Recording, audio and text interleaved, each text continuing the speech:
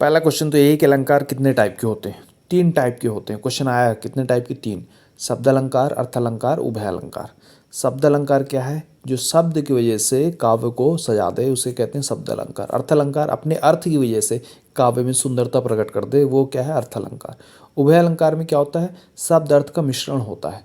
शब्द से भी और अर्थ से भी चमत्कार उत्पन्न होता है। इसमें 2 हैं, संश्लिष्ट और संकर। हमको मेनली पढ़ना क्या है? हमको मेनली शब्द अलंकार में अनुप्रास, यमक और श्लेष पढ़ना है। अर्थालंकार में उपमा, रूपक और उत्प्रेक्षा पढ़ना है। ये सारा अलंकार मैं डिटेल में पढ़ाया हूँ और प्लेलिस्ट में देखिएगा। अभी रिवीजन में ये 3 कर रहा हूँ, बाकी ये जो नीचे लिखे हैं अतिशयोक्ति, भ्रांतिमानी, सब मैं पढ़ाया हूँ। एक बार आप फुल क्लास देखिएगा, उसका सब समझ में आ जाएगा।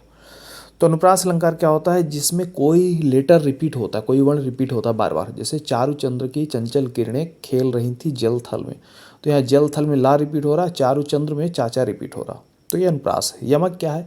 कोई वर्ड बार बार रिपीट हो, अगर कोई शब्द ही रिपीट हो। जैसे काली घटा का घमंड घटा, काली घटा मतलब बादल और घमंड घटा का मतलब डिक्रीज होना, तो बादल का घमंड घट गया, काली घटा का घमंड घटा। तो घटा के 2 मतलब, एक है बादल, एक का डिक्रीज होना, ये होता है यमक। श्लेष क्या होता है? एक ही शब्द में कई अर्थ चिपके होना। जैसे रहमत पानी राखिए बिन पानी सब सून, पानी गए न उबरे मोती मानुष चून। तो पानी गए न उबरे, इस पानी में बहुत सारे अर्थ हैं। क्या है? रहमन पानी राखिए बिन पानी सब सून, पानी गए न उबरे मोती मानुष चून। तो मोती का पानी क्या है? चमक। मनुष्य या मनुष्य का पानी क्या है? उसकी इज्जत। अचून का पानी क्या है? H2O, जिसे वाटर बोलते हैं। अब हम पढ़ने वाले हैं अर्थालंकार, जिसमें उपमा, रूपक, उत्प्रेक्षा, ये तीनों इंपॉर्टेंट हैं। तो उपमा क्या होता है? उपमा होता है जैसे रमेश चाँद सा शीतल है। रमेश जो है चाँद सा शीतल है, मतलब चाँद सा ठंडा, उसे गुस्सा नहीं आता। तो रमेश चाँद सा शीतल है। रमेश क्या हो जाएगा? उपमेय, और चाँद क्या हो जाएगा? उपमान। उपमेय और उपमान की तुलना की गई है। तुलना करना ही साधारण धर्म होता है। यहाँ पे साधारण धर्म क्या है? दोनों में कॉमन क्या है? शीतलता। और मैंने क्या कहा? राम, और मैंने कहा क्या?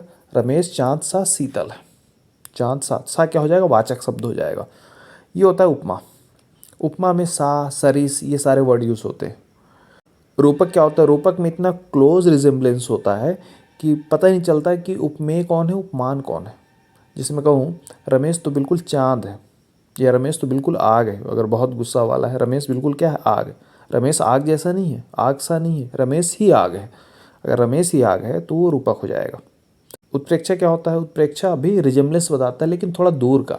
जैसे मैं कहूँ रमेश का चेहरा मानो आग उगल रहा था, तो ये थोड़ा दूर का हो गया, मानना पड़ रहा, मानो आग उगल रहा था, तो ये हो जाएगा तो सबसे क्लोज होता है रूपक, फिर रूपक से थोड़ा दूर होता है उपमा, सबसे दूर होता है उत्प्रेक्षा, कभी भी तुलना करोगे तो। बाकी जो अलंकार है मैं डिटेल में पढ़ाया हूँ, आप वो डिटेल वीडियो देखिएगा, बहुत ज़रूरी है। ये जो मोस्ट इंपॉर्टेंट थे मैंने आपको कवर करा दिए। धन्यवाद।